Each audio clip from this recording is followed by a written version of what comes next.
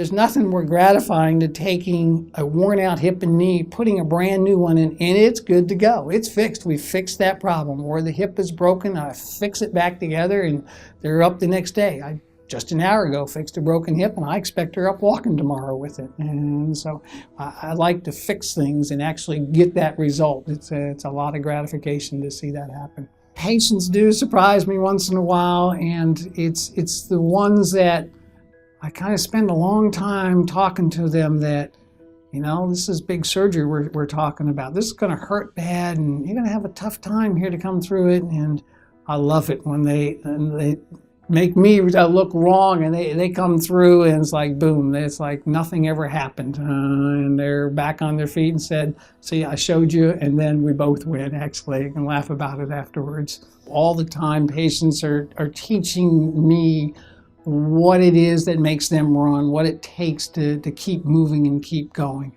And there's a huge variety of patients of how they tolerate different things. And so, for example, sometimes the little lady who's got this horrible bad hip or something, or knee, and can't hardly get around, it doesn't take much in the way of my surgery to make them better, to keep them going. And so those things can make a huge difference for those people.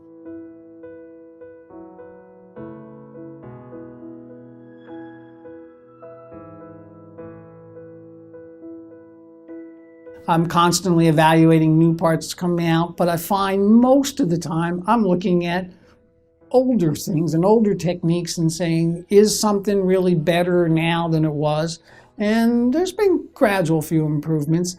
In fact, one of the best things I've done over time is look back at older techniques and said, you know, this is a good, reliable technique and it works well. And so finding that, and there's an example in hip replacements, where the modern way is to put this thing without cement or glue in there.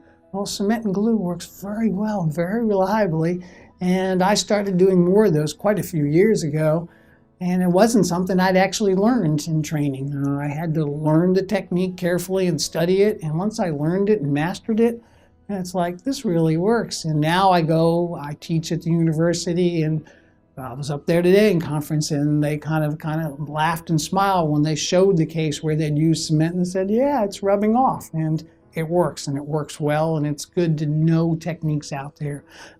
Sometimes it's better not to be the one out in the forefront, but the one using the technique that's going to work best for that individual patient who comes in.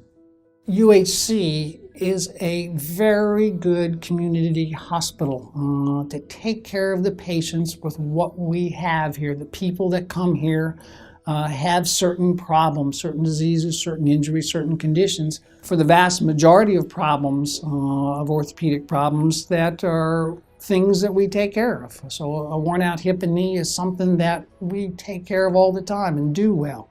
And we have a sports doctor here that takes care of those sports injuries. And we have a hand specialist, and we cover that. And it's a great facility.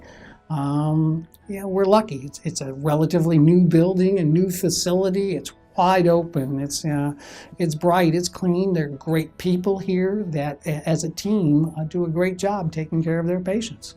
Choosing a doctor is a very difficult thing, and a lot of people, you ask around. It's one good way, and when you ask around, yes, we've had a good result. We've had good care there, and I think you're going to find that if you ask here. And people are happy of what they've had taken care of, and we're glad to take care of them.